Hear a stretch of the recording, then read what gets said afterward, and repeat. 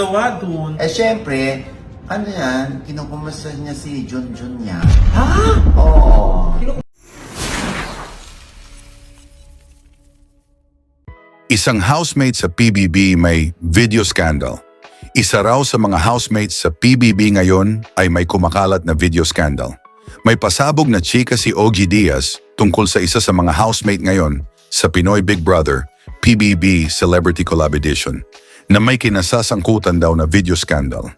Alam mo yung isang housemate ni Kuya Jan, hala may kumakalat na video scandal, chika ni Ogie. Nagtanong naman si Mama Loy kung ano ang ginagawa ng housemate sa kumakalat na video.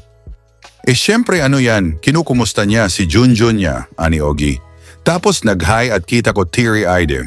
Kwento pa ni Ogie tumagal ng 17 minuto ang video na mag-isa lamang ang housemate na kinukumusta ang kanyang Junjun. Nang hinga ng clue, sinabi ni Ogie na ang pangalan ng housemate ay tunog ng isang hayop.